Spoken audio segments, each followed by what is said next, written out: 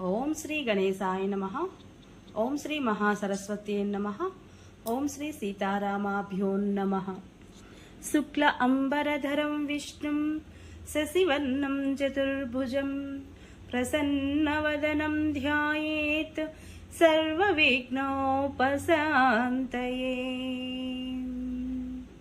బుద్ధిర్బలం యశోధైర్యం నిర్భయత్వమరోగతాం అజాడ్యం వాక్పటుత్వం చ హనుమత్స్మరణాన్ భవేత్. రామాయ రామభద్రాయ రామచంద్రాయ వేధసే రఘునాథాయ నాథాయ సీతాయ పతయే నమః. జై శ్రీరామ్. అత్యంత రమణీయమైన అద్భుత సుందర కావ్యమైనటువంటి సుందరకాండ నిత్య పారాయణలో భాగంగా మనం ఈరోజు 52వ రోజుకు చేరుకున్నాము. ఈరోజు 58వ సర్గము ప్రారంభించుకోబోతున్నాము. దీనిని మనం 2 రోజులుగా పారాయణ చేసుకున్నాము. ఈరోజు మనము హనుమంతుడు సీతాన్వేషణ వృత్తాంతమును వానరులకు తెలుపుట గురించి తెలుసుకోబోతున్నాము. చాలా బాగుంటుంది. చివరి వరకు స్కిప్ చేయకుండా చూడండి. జయ శ్రీరామ్. మహాబలశాలురైన హనుమదాది వానర ప్రముఖులు అందరూ ఆ మహేంద్రగిరి శిఖరముపై కలుసుకొని మిక్కిలి సంతృప్తులై ఉండిరి. మహాత్ములైన వానరులు సంతుష్టులై కూర్చొనియుండగా పరమానంద భరితుడైయున్న జాంబవంతుడు సంతోష తరంగితుడు కపిప్రవరుడు అయిన ఆ హనుమంతునితో సీతా దర్శనాది రామకార్య వృత్తాంతమును గూర్చి ఇట్లు ప్రశ్నించెను. సీతాదేవిని ఎట్లు కనుగొంటివి? ఆమె అచట ఎట్లున్నది? ఆ సాధ్వి ఎడల క్రూరకర్ముడైన రావణుడి యొక్క ప్రవర్తన ఎట్టిది? ఓ మహాకపీశ్వర, ఈ విషయములను అన్నింటినీ యథాతథముగా వివరింపుము. సీతాదేవి జాడను ఎట్లు తెలుసుకుంటివి? ఆమె ఇచ్చిన సందేశమేమి? విషయములను అన్నింటినీ తెలుసుకుని పిమ్మట ఆ కర్తవ్యమును గూర్చి ఆలోచింతము. మనము శ్రీరాముని సన్నిధికి వెళ్లి అచట ఆ ప్రభువునకు తెలపదగిన విషయములను, దాచవలసిన విషయములను అన్నింటినీ ప్రజ్ఞాశాలివైన నీవు స్పష్టముగా వివరింపుము. జాంబవంతుడు ఇట్లు అర్థింపగా అప్పుడు హనుమంతుడు గగురుపాటును పొందినవాడై సీతాదేవికి మనస్సునందే ప్రణమిల్లి జాంబవంతునకు ఇట్లు ప్రత్యుత్తరమిచ్చెను. నేను సముద్రము యొక్క దక్షిణ తీరమునకు చేరగోరి సన్నద్ధుడునై మహేంద్రగిరిపై నుండి ఆకాశమునకు ఎగురుటకు మీరు స్వయముగా చూచియుంటిరి కదా. నేను వెళ్ళుచుండగా దారిలో నాకు ఒక మహావిఘ్నము వంటిది ఎదురయ్యను. మిక్కిలి మనోహరమైన దివ్యమైన ఒక బంగారు శిఖరమును గాంచి తిని నేను నా దారికి అడ్డముగా నిలిచియున్న ఆ గిరిని ఒక విఘ్నముగా తలంచి తిని దివ్యమైన ఆ బంగారు కొండను సమీపించి దీనిని బద్దలు కొట్టవలను అని లోలోన భావించి తిని వెంటనే నేను సూర్య సదృశ్యమైన ఆ మహాగిరి శిఖరమును నా వాలముతో కొట్టి తిని అది క్రింద పడిపోయెను. ఆ నా సాహస కార్యమును తెలుసుకొని ఆ మహాగిరి నాయనా కుమారా అని మనస్సునకు ఆహ్లాదముగా మధురవచనములను పలికెను. నేను వాయుదేవుడికి మిత్రుడను. నన్ను నీ పినతండ్రిగా భావింపుము. నా పేరు మైనాకుడు. నేను ఈ మహాసముద్రమున నివసించుచున్నాను. కుమారా, పూర్వము మహాపర్వతములకు రెక్కలుండిడివి. అవి అందరినీ బాధించుచు భూమిపై స్వేచ్ఛగా సంచరించుచుండెను. ఈ పర్వతముల యొక్క పోకడలను విన్న దేవేంద్రుడు తన వజ్రాయుధముచే వాటి రెక్కలను ముక్కలు ముక్కలుగా గావించెను. ఓ బాలుడా, నీకు తండ్రియు మహాత్ముడు అయిన వాయుదేవుడు నన్ని మహాసముద్రమునకు చేర్చి ఆ ప్రమాదము నుండి రక్షించెను. శ్రీరాముడు ధర్మ పరిరక్షకులలో శ్రేష్ఠుడు, దేవేంద్రునితో సమానమైన పరాక్రమశాలి. కాబట్టి ఓ శత్రు సంహారక, అట్టి శ్రీరామునకు సహాయపడుట నా విధి. మహాత్ముడైన ఆ మైనాకుడిని ఈ వచనములను విని అతనికి నేను నిర్వహింపవలసిన రామకార్యమును తెలిపి మహాకాయుడైన అతని యొక్క అనుజ్ఞను బడసి ముందునకు సాగుటకు ఉద్యుక్తుడను అయితిని. మైనాకుడు తన మానుష రూపమును ఉపసంహరించుకొని శైల రూపమును అంటే కొండ రూపమును మహాసముద్ర గర్భమునకు చేర్చెను. పిదప నేను వేగమును పుంజుకొని ఆకాశ మార్గమున శీఘ్రముగా ముందుకు సాగుచు మిగిలిన ప్రయాణ కాలమును చాలాసేపు కొనసాగించి తిని అంతటి నేను సురస అను పేరుగల నాగమాతను సముద్ర మధ్యమున చూచి తిని అదేవి నాతో ఇట్లు పలికెను. ఓ వానరోత్తమా, దేవతలు నిన్ను నాకు ఆహారముగా నిర్దేశించిరి. నీవు చాలా కాలమునకు నాకు లభించితివి కనుక నిన్ను భక్షించెదను. సురస ఇట్లు పలుకగానే నేను వివర్ణ వదనుడనై ఆమెకు అంజలి ఘటించి ప్రణమిల్లి ఇట్లు పలికితిని. శ్రీమంతుడు హరిమర్ధనుడు దశరథుని యొక్క కుమారుడు అయిన శ్రీరాముడు సోదరుడైన లక్ష్మణుడి తోడను తన ధర్మపత్నియకు సీతాదేవి తోడను దండకారణ్యమున ప్రవేశించెను. దుర్మార్గుడైన రావణుడు సీతాదేవిని అపహరించుకుని పోయెను.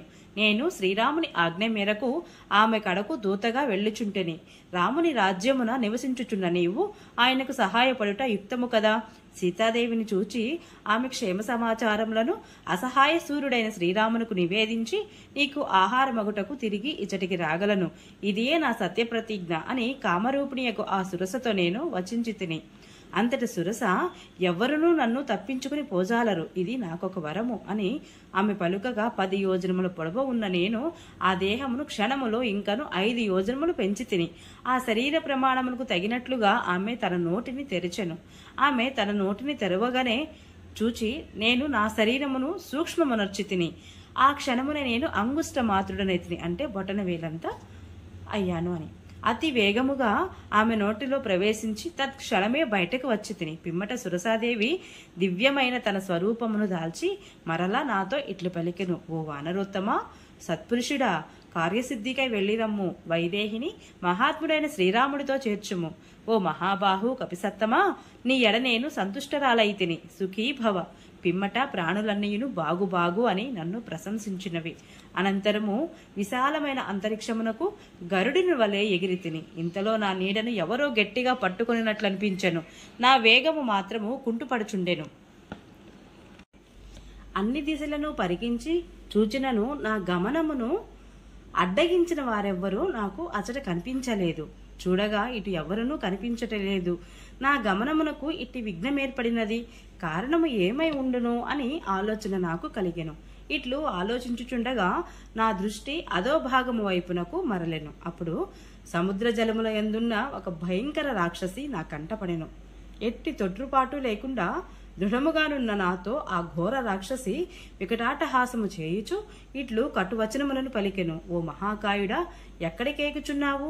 రాక్షస జాతినైన దానను నేను.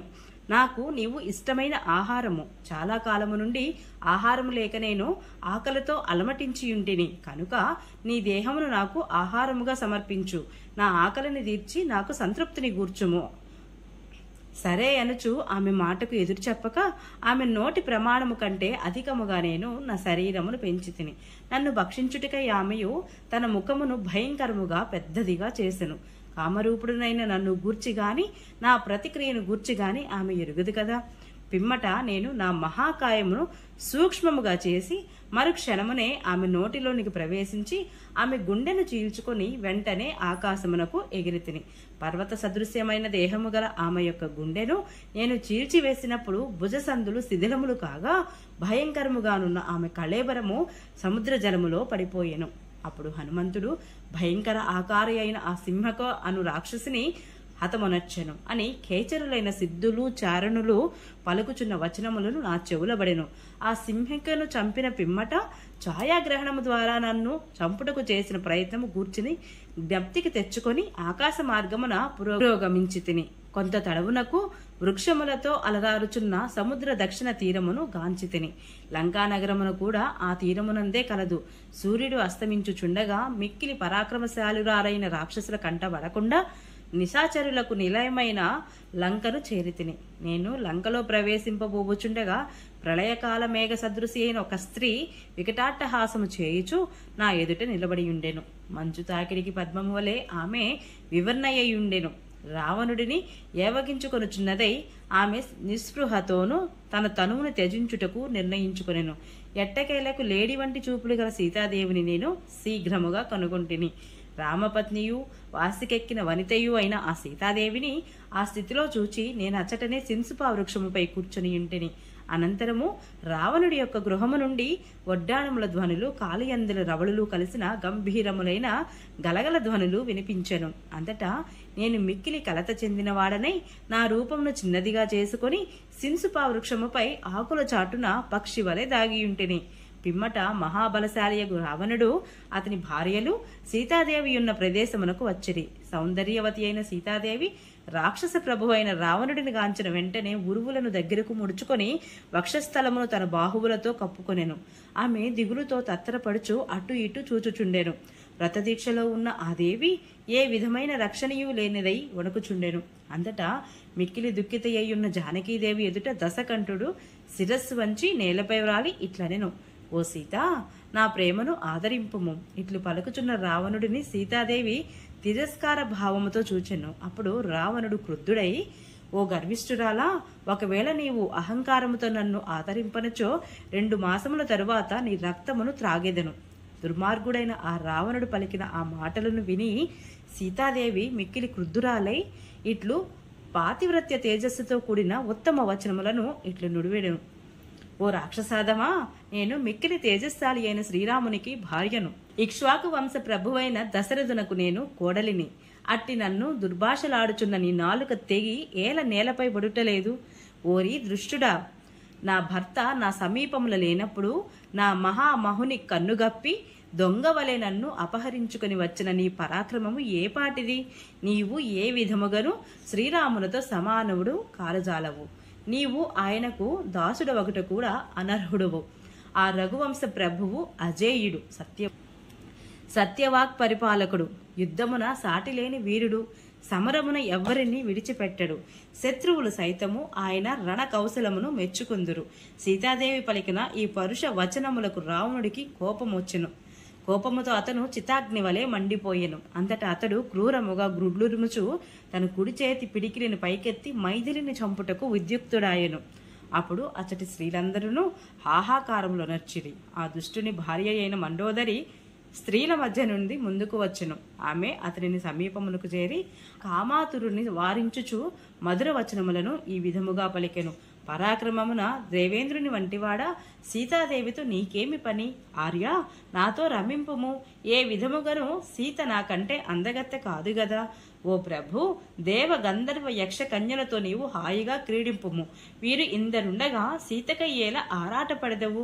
అనంతరము మండోదరితో సహా ఆ స్త్రీజనులందరూ కూడా మహాబలశాలి అయిన ఆ నిశాచరుడిని అంటే రావణుడిని ప్రసన్నునిగా చేసుకొని వెంటనే తమతో అతనిని ఆయన భవనమునకు తీసుకుని వెళ్ళిరి. ఆ రావణుడు వెళ్లిన పిమ్మట వికృతాననులైన రాక్షస స్త్రీలు అందరూ క్రూరములైన పరుష వచనములతో సీతాదేవిని మిక్కిలి భయపెట్టసాగిరి. సీతాదేవి వారి మాటలను గడ్డి పోచ క్రింద పరిగణించెను. వారి గర్జనలన్నీయును ఆమె ఎడ ఏమాత్రము పనిచేయకపోయెను. పచ్చి మాంసమును భక్షించడి ఆ రాక్షస స్త్రీలు తమ గర్జనలు అన్నియూ వృధా కాగా ఏమియూ చేయజాలక సీతాదేవి యొక్క దృఢ నిర్ణయమును రావణుడకు నివేదించిరి.